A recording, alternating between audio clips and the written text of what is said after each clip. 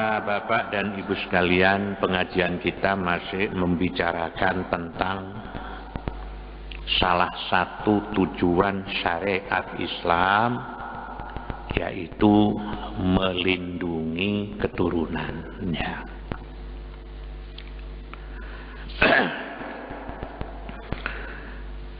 Di dalam Al-Quran, surat Al-Isra ayat 31, Allah berfirman, wala taqtulu auladakum khasyata imlaq nahnu narzuquhum wa iyyakum inna qatlahum kana khit'an kabira. Dan janganlah kalian membunuh anak-anak kalian karena takut miskin. Kamilah yang memberi rezeki kepada mereka dan kepada kalian. Sesungguhnya pembunuhan terhadap mereka adalah dosa besar.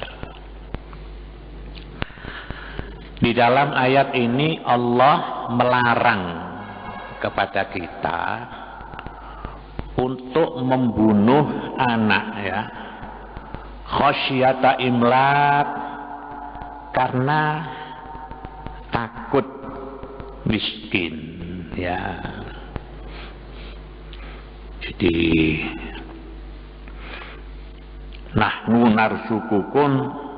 narzukuhum wa iyyakum, kata Allah, kamilah yang memberikan rezeki kepada kita. Para jamaah sekalian, membunuh anak, ya, itu dosa besar. Kenapa kok di sini ini dikhususkan wala taqtulu auladakum, anak-anakmu, ya. Ini kadang-kadang kita ini sering mendengar ucapan-ucapan di masyarakat.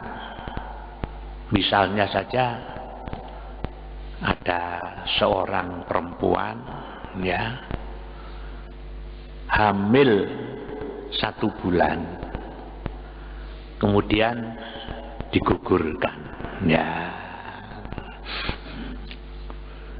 Pengguguran kandungan itu adalah termasuk pembunuhan, ya. Nah, pengguguran kandungan semacam begini ini seakan-akan tidak berdosa. Ini anggapan masyarakat. Opo kandungan sampean kok sampean gugurno? Yo repot. Nah, ya apa iki anakku jek cilik, jek nyusu, saiki wis ana maneh, lha ngene ya. Lah ngene iku sing salah sapa? Kan gitu ya. Nah,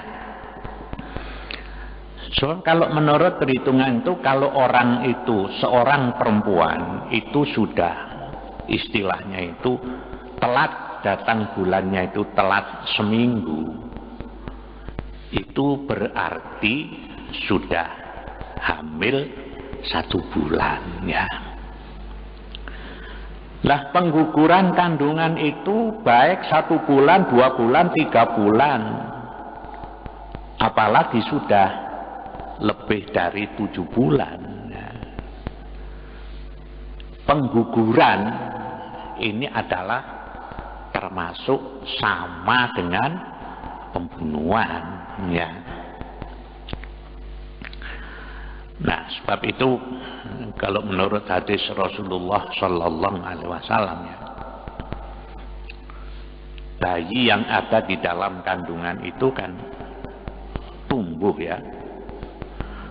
Begitu bertemu antara sel laki-laki dengan sel telur perempuan, terjadi pembuahan, ini berarti sudah hidup, ya. Growth and growth, hidup. Jadi sekarang misalnya kandungan itu 1 bulan digugurkan, ini berarti pembunuhan. Walaupun itu belum ada nyawa, tapi ini kan tumbuh. Nah, sebab nyawa itu kan diberikan oleh Allah, nafkhir ruh itu pada waktu kandungan umur 4 bulan 10 hari, ya toh? Nah, walaupun sekarang usianya baru 2 bulan, 3 bulan, itu sudah termasuk pembunuhan. Nah, karena itu kita harus hati-hati ya. Sebab kadang-kadang telat seminggu dijamoni terus ya. Dijamoni panas-panasan supaya ndang-ndang ambior. Lah begitu, ini yang saya dengar di kampung itu begitu ya. Nah, kalau misalnya usianya sudah di atas 7 bulan, itu pengguguran itu biasanya itu istilahnya itu dilahirkan dengan dipaksa ya. Nah, itu biasanya itu hidup. Nah, pengguguran kandungan itu diperbolehkan oleh agama itu hanya dalam keadaan darurat ya, darurat. Misalnya ada seorang ibu hamil ya, menurut pemeriksaan dokter ahli, kalau ibu ini nanti melahirkan, ini 90% nyawanya tidak bisa tertolong. Nah, ini kan namanya darurat. Bagaimana ini? Menyelamatkan ibunya atau menyelamatkan anaknya. Nah, kalau begini, ini kaidah usul fikih itu mengatakan kita harus mengambil yang akhafud dararaini ya. Mana dari dua hal ini yang lebih ringan bahayanya? Ya, apakah mempertahankan ibu, apakah anak? Nah, dalam kondisi semacam begini ini baru boleh menggugurkan kandungan. Ya. Nah, kalau sekarang kenapa digugurkan kandungan? Lah iya ya apa? Sing cilik wis meteng maneng ku ya apa ke kerepotan. Wah, lah sing gare repot sapa kan begitu ya. Nah, ini hendaklah segenap umat Islam khususnya ibu-ibu itu paham masalah begini ini ya. Jadi pengguguran kandungan itu boleh hanya semata-mata dalam keadaan darurat ya, ya. Nah, demikian juga masalah KB ya, masalah keluarga berencana. Ini dulu pada awal-awal pemerintah mencanangkan keluarga berencana, itu dulu pasti masa pemerintahan Soeharto ya. Ini para ulama ya dari berbagai kalangan ini membicarakan bagaimana hukum ikut keluarga berencana ini ya. Nah, pada waktu itu memang ada beberapa pandangan di kalangan ulama berdasarkan Al-Quran, berdasarkan hadis ya, bahwa yang pertama mengatakan bahwa KB keluarga berencana itu tidak boleh ya. Itu dulu ada yang kelompok ulama mengatakan bahwa KB itu tidak boleh. Nah, itu kalau KB itu dilaksanakan karena apa? Karena takut tidak bisa memberi makan, itu tadi ya. Ya, itu khosyatal imlak. Jadi itu. Jadi khosyatal imlak. Lah yo bayar aku lho mek sakmene, anak loro. Iki kadang-kadang kerepotan. Ya, akhir bulan wis utang. Apa maneh kok ketambahan anak siji. Lah begitu ya. Kok tambah gak cukup. Ini namanya adalah termasuk orang-orang yang ikut KB karena takut tidak bisa memberi makan. Yang begini ini yang tidak dibenarkan. Kenapa? Di dalam Al-Quran Allah telah berfirman, wa ma min dabbatin fil ardi illa 'alallahi rizquha. Ya. Jadi semua makhluk yang melata di atas bumi ini itu semua ditanggung rezekinya oleh Allah ya. Semua rezekinya ditanggung oleh Allah. Jadi kalau orang ikut KB ini berarti tidak percaya, kan begitu ya, dengan firman Allah itu tadi. Ini ulama berpendapat begitu. Kemudian yang kedua, ada yang berpandangan KB itu boleh, KB keluarga berencana itu dalam artian tanzimun nasli atau family planning. Jadi mengatur keluarga, istilahnya itu mengatur keluarga dengan cara yaitu menjarangkan, ya, menjarangkan kelahiran, ya toh. Kalau misalnya setiap tahun punya anak itu kan kerap begitu, repot ngurusi. Nah sekarang misalnya dibuat 4 atau 5 tahun dijarangkan, itu namanya tanzimun nasli. Tujuannya apa? Bukan karena takut tidak bisa memberi makan, tapi takut kalau nanti tidak bisa mendidik anaknya ini secara sempurna. Nah, gitu ya. Kalau anak kerap itu kan repot, mendidiknya itu repot ya, nyekolah no, kan begitu ya. Jadi dibuat apa? Tanzimun nasli. Nah, itu yang menurut ulama itu boleh begitu itu ya. Nah, itu. Jadi ini dulu begitu. Jadi ada kelompok yang bolehkan, ada kelompok ulama yang tidak memperbolehkan. Ini semuanya adalah berdasarkan dalil. Para jamaah sekalian, ya. Sekarang perkembangan daripada keluarga berencana ini ya di dunia. RRT itu penduduknya lebih dari 1 miliar. Kalau tidak salah sekarang penduduk RRT itu sudah 1,3 miliar ya, 1 miliar 300 juta. Nah, itu dulu RRT itu mewajibkan kepada warga negaranya untuk ikut KB. Dibatasi 2 ya.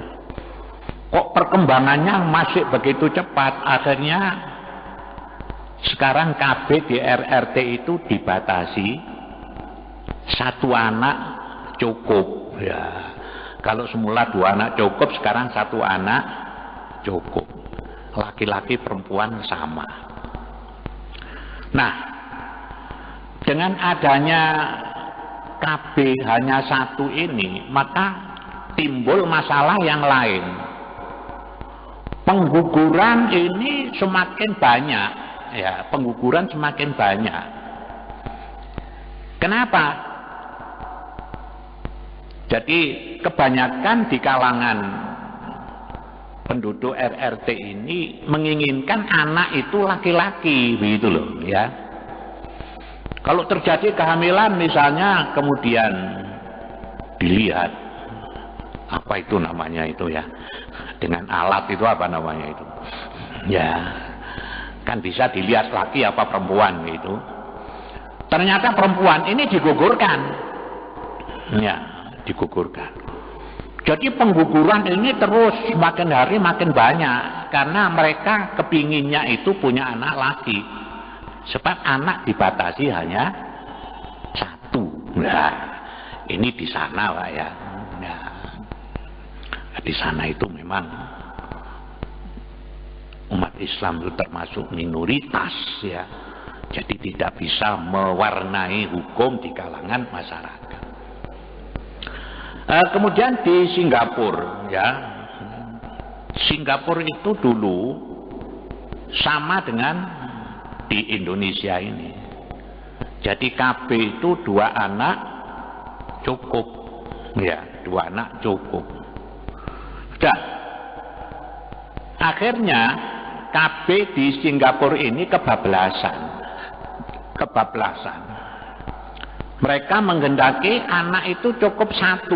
Nah, begitu ya, 1. Malah ada mereka yang menikah tidak ingin punya anak. Akhirnya perkembangan penduduk di Singapura ini makin lamban ya.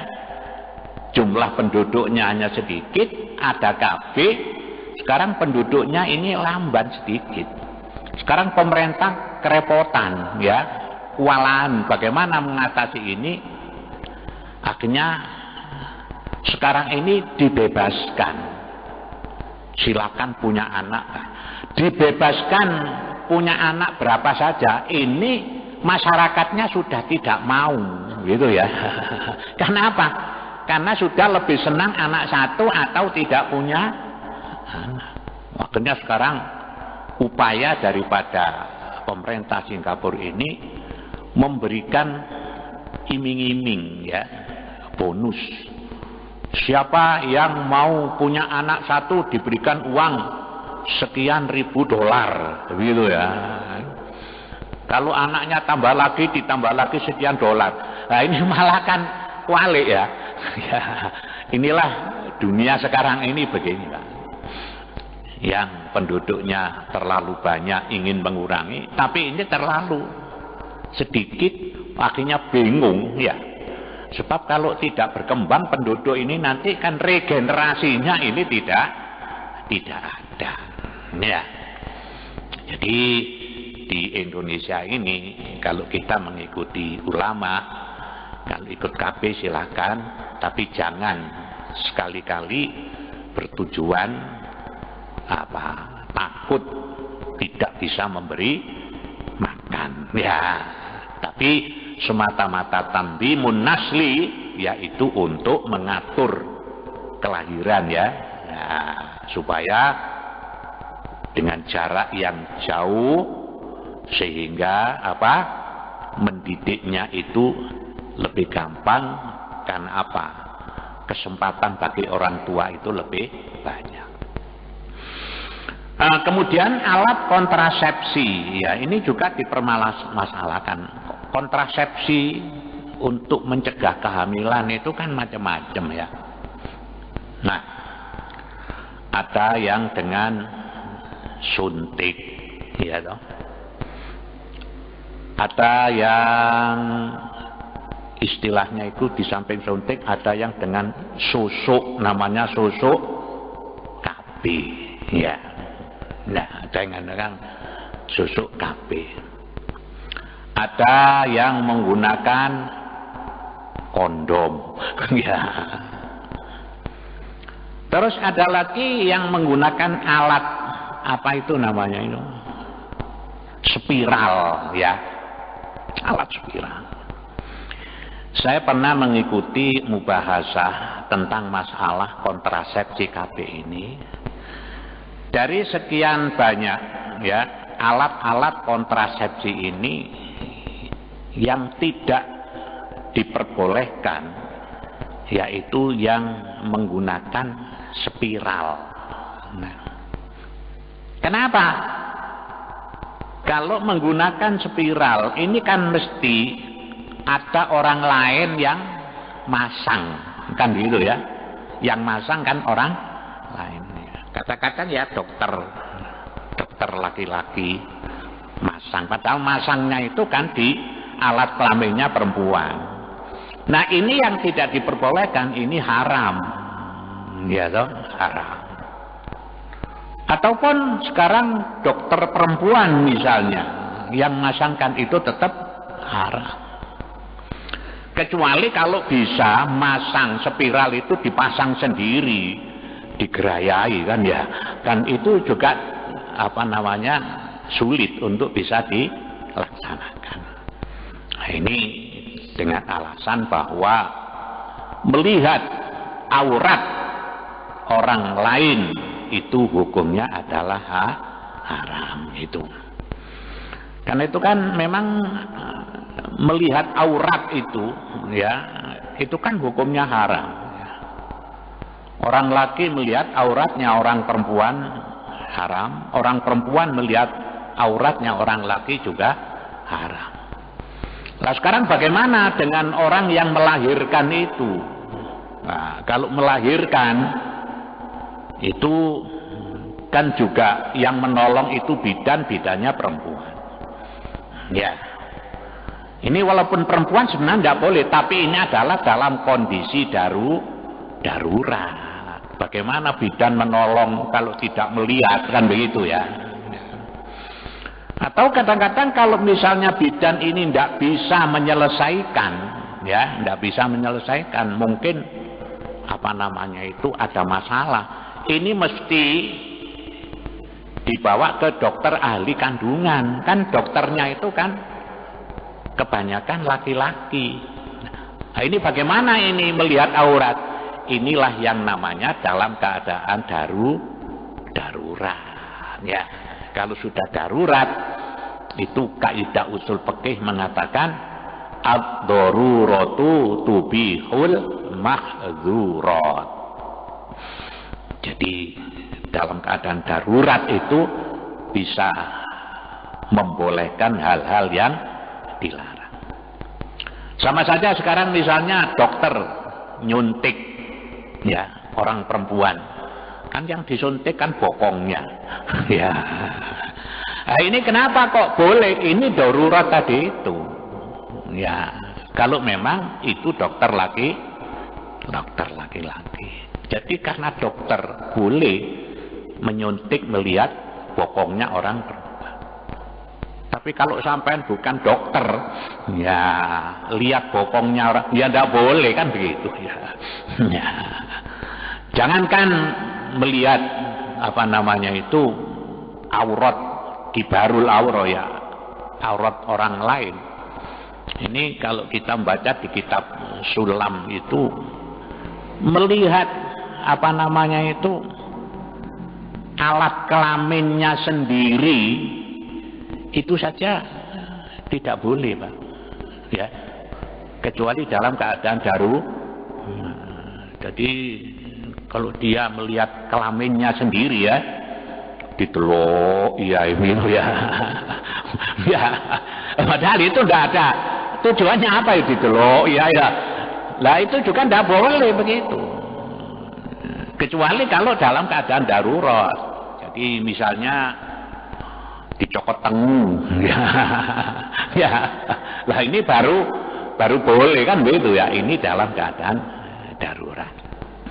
Karena gunaan kan apa-apa moro-moro diteloki. Lah ini yang jadi kembali kepada pokok persoalan bahwa tadi itu ya, membunuh anak itu adalah dosa besar. Ini rangkaiannya dengan syariat Islam melindungi keturunan tadi, bahwa dengan membunuh anak ini berarti tidak melestarikan keturunan.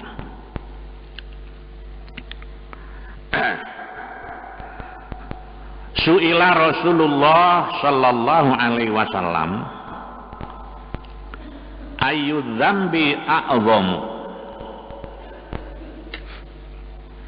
Qala antaja'ala lillahi niddan wa huwa khalaqaka. Kila summa ayun qala antaqtula waladaka min ajli ayat ama ma'aka. Nabi Shallallahu Alaihi Wasallam ditanya, dosa apakah yang paling besar? Beliau Sallallahu Alaihi Wasallam menjawab, engkau menjadikan sekutu bagi Allah padahal Dia menciptamu. Beliau ditanya lagi, dosa apa lagi? Jawab beliau, engkau membunuh anakmu sendiri karena khawatir jika ia makan bersamamu. Di pertama kan Nabi ditanya, dosa apa Nabi yang paling besar?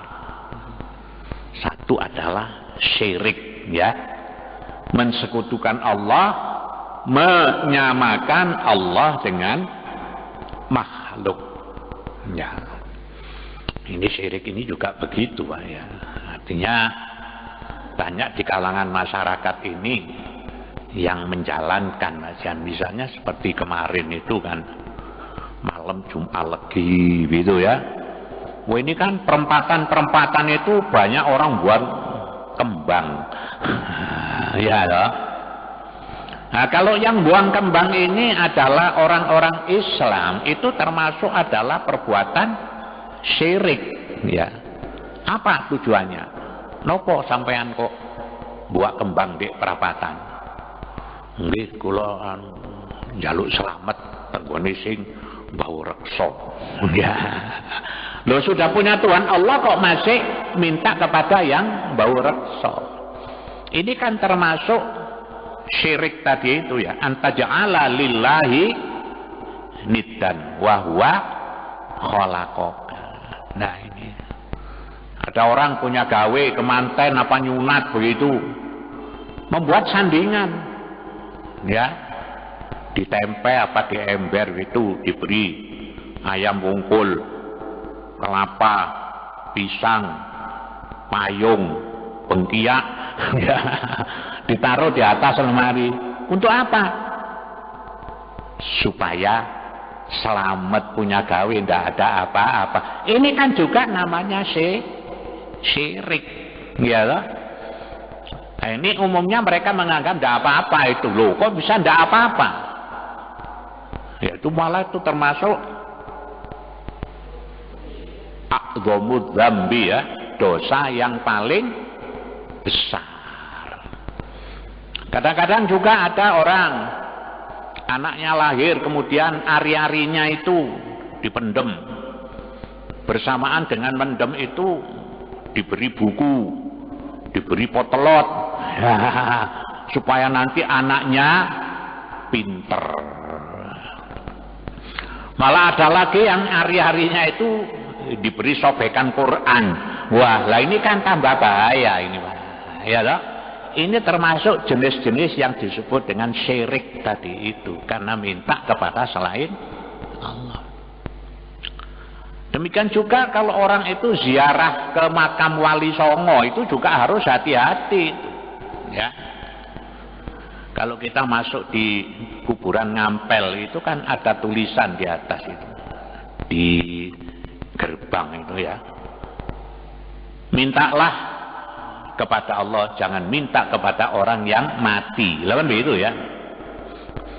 Jadi sekarang misalnya kalau ke Sunan Ngampel setelah tahlil dungo jaluk pangkat.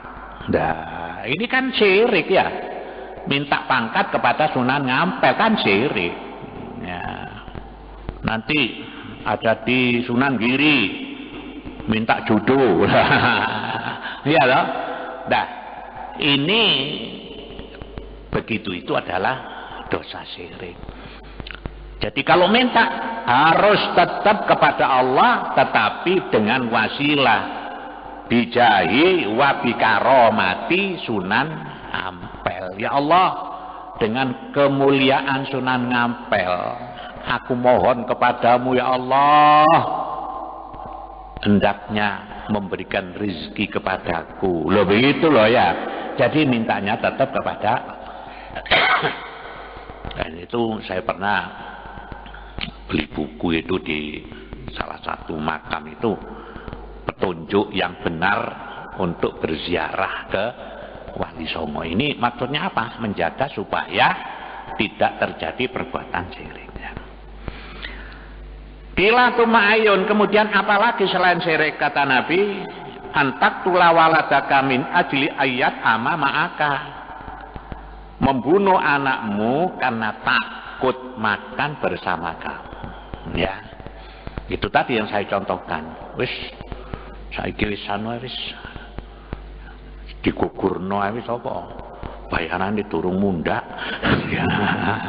Lah ini kan rezekine pancet. Ya. Padahal istilah di dalam Quran tadi, Allah menciptakan makhluk pasti diberikan rezeki, kan begitu ya. Ya, diberikan anak mesti dengan kadar rezekinya, itu namanya qadha qadar.